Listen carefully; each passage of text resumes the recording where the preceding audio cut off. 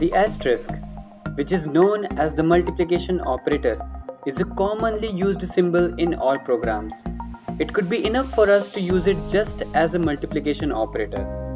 However, if you are serious about to become a Python expert, it's time to know how useful and powerful the asterisk is in Python. Hi, welcome to another video of Code Wrestling, and in this video, I'm gonna explain 5 usage scenario of asterisk with most understandable examples.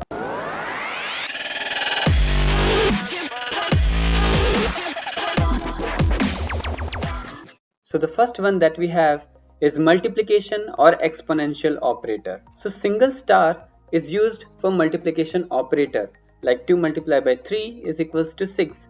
But when you use double star, then it becomes an exponential operator. For example, 2 double star 3, it will be 2 to the power 3, that is equals to 8. So that's how if you are using single star on a number, then it will act as a multiplication.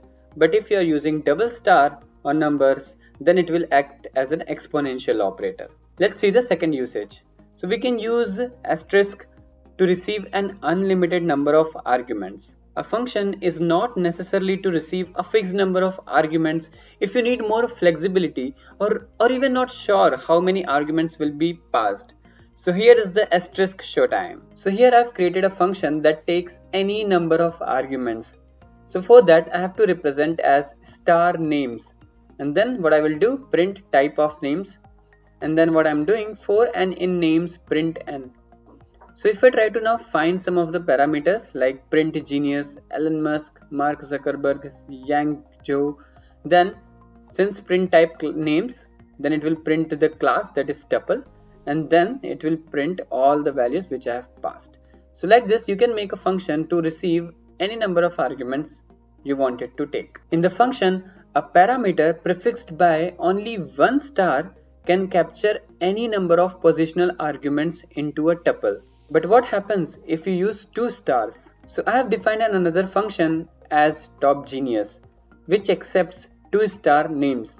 Now what I can do, I can pass a dictionary to this particular function. For example, TopGenius, I have written top 1 is equals to Elon Musk, top 2 is equals to Mark Zuckerberg, and top 3 is equals to Yang Zhou. So now what you will do, when you will pass the function, then the class will be of type dictionary, and now I am printing the key and the value pair, top 1 Elon Musk, top 2 Mark Zuckerberg, and top 3.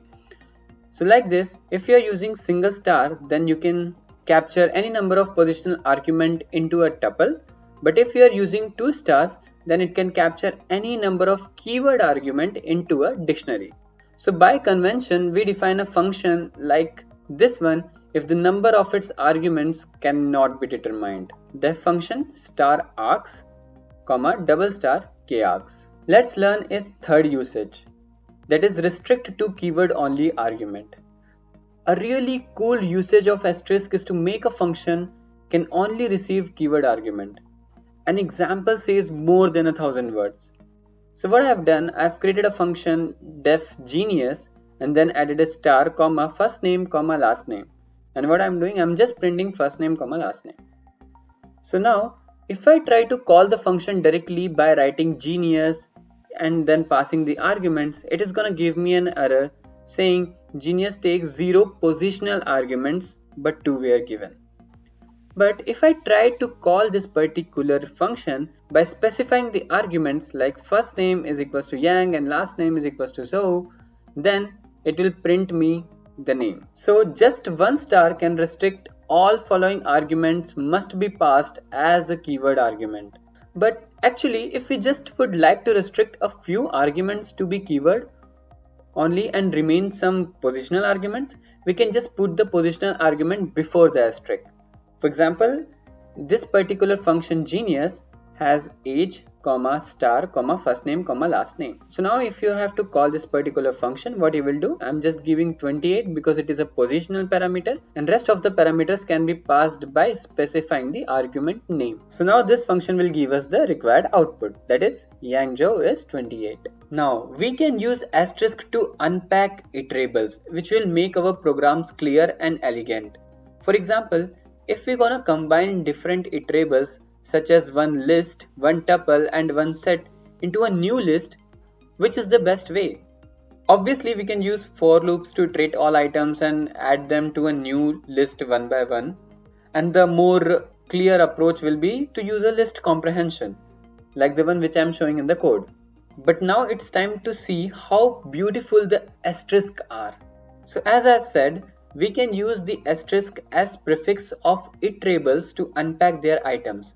By the way, if we exploit one single star D as a prefix of a dict, its keys will be unpacked. So you see these keys were unpacked. But if we exploit double asterisk as a prefix, its values will be unpacked. In that case, you have to specify their keys so that the values can be unpacked. Like here, when we are using double star D, I have to specify their keys such that the values can be unpacked.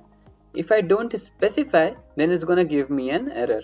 That's why it is not very common to extract items of a dict by using asterisk. Also, there is another way of extending this iterable unpacking. So it can be explained more clearly with this particular example.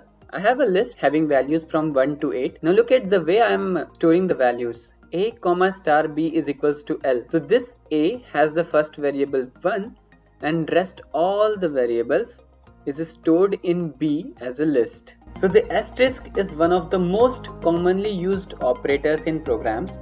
Besides using as a multiplication operator, there are some elegant and powerful uses of it in Python, which will help our code become more Pythonic. So if you like this video and want to learn more Python code snippets, then do watch the next video where we have shown some of the Python code snippet that can save a lot of your time. If this video was helpful, then do like, subscribe, share with your friends, and don't forget to hit the bell icon so that you get notified every time we upload a new video. Stay tuned with us. Do like, subscribe, share and comment. You can also write us at codewrestling@gmail.com. So happy learning. Thank you.